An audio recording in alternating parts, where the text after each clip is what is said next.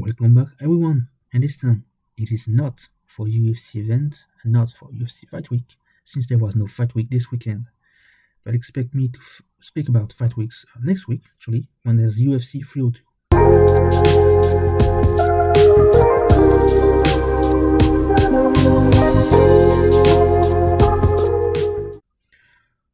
So what is there to speak about? It's not UFC.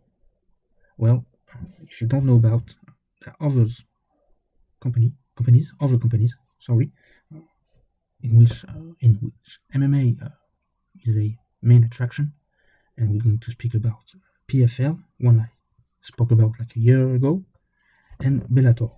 So why about these two? Well, it happens that they have recently made and organized events in Paris, France, and more generally in Europe. So it's kind of interesting, and this is why I wanted to talk about these two organizations. First, it's about the emergence of MMA in Europe, especially in France, and as events are scheduled in Paris.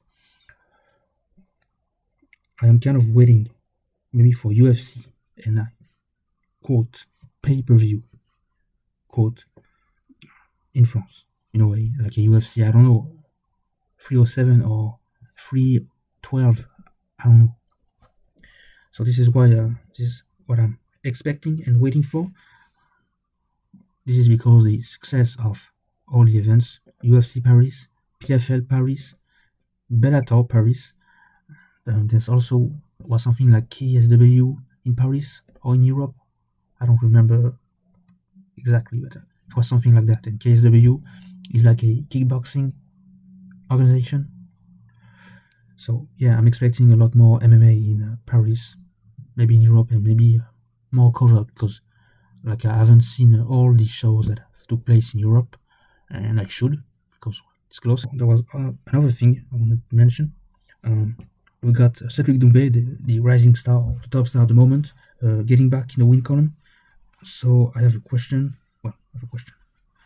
I asked myself if a rematch with Baisongor Shamsudinov was like in preparation or could be negotiated because there was some controversy regarding this fight and some comments, post-fight comments from Baki's team where when he didn't want to make the rematch happen. The team just wanted to make the rematch happen.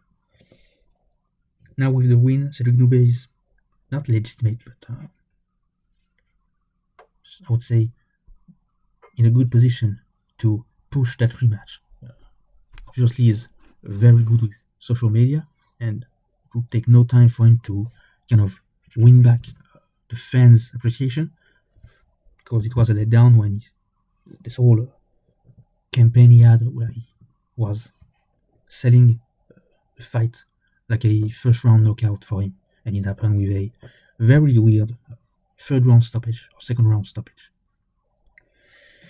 Anyway, moving on, we've got in PFL Jake Paul. He signed, and I just remember that.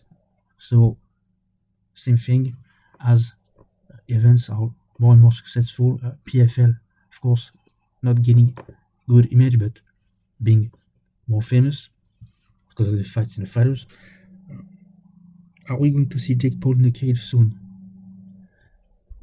There's a Mike Tyson showdown in July 20th, so not that soon, but maybe half of 2025 you decide to try one fight in a cage.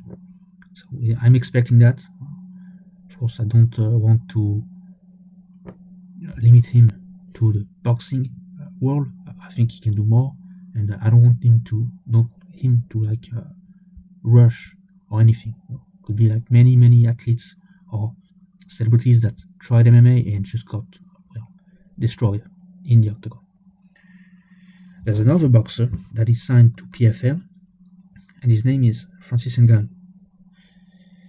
And it is different for Francis Ngannou because he's now 37, so he's at the end of his athlete career.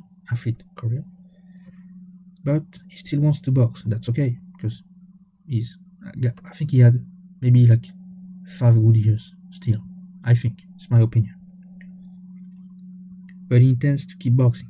From what I understand, the Joshua fight did not really put a stop to his passion. He still wants to fight, but for now he took the boxing approach. I can say that, but he's more likely to return in the cage at some point, right?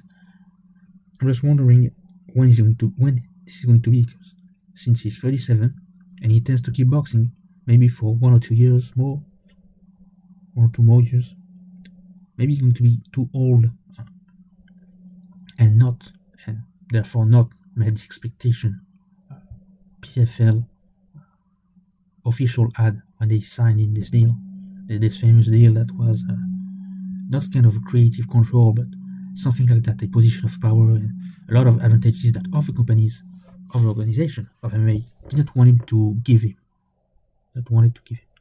So I don't know, maybe something's gonna happen really when he's like 39 or 40, but I just think it's going to be a disappointment if he tends to keep boxing for too long. I leave you there. Until next time.